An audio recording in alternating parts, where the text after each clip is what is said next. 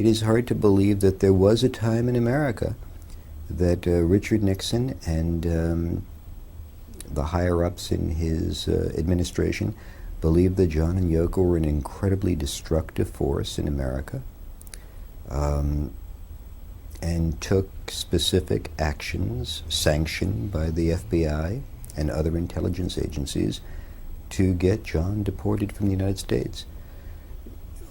Those of us sitting in this room, and most of the people who watch television, take our citizenship as just a, I don't know the last time you considered the fact that you're an American citizen and took pride in it, but Americans, for the most part, don't even give that a moment's thought.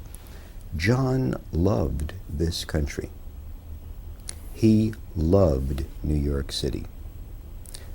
On that level, he was a patriot that would make Newt Gingrich proud.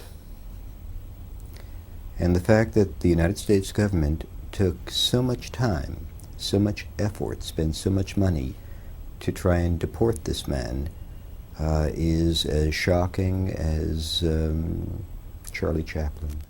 Basically, this was a time in America in the late 60s where there was a great deal of discord. There were a couple of people named Jerry Rubin and Abby Hoffman, and both Jerry Rubin and Abby Hoffman, both since deceased, formed an organization called the Yippies, the Youth International Party, and one of their main efforts was to see to it that President Nixon not serve in office. They were highly opposed to the war in Vietnam, and there were a lot of other political issues that had divided the nation. John and Yoko were extremely sympathetic politically to the thoughts of those people that constituted a very large constituency in America that were opposed to war and some of the policies of the administration. They participated in various political events. The administration, because they recognized that John and Yoko had such a great influence over young people, decided that maybe the best thing in the world would be to get him out of the country. And to that end, they had, and I'm not speculating here, folks, this is all documented, they engaged in wiretap, in surveillance, and a variety of other programs to get John out of the United States. All of this has recently come to view in recently declassified FBI documents.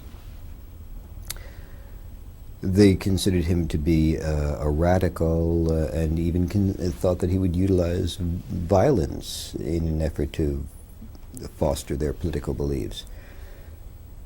Absurd, crazy, and ultimately John received his green card, permitting him to remain here.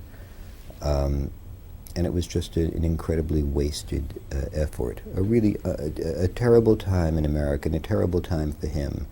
When he made his pronouncements, it was not made with an anger about the United States of America, but just some of its policies. I think we can all relate to that.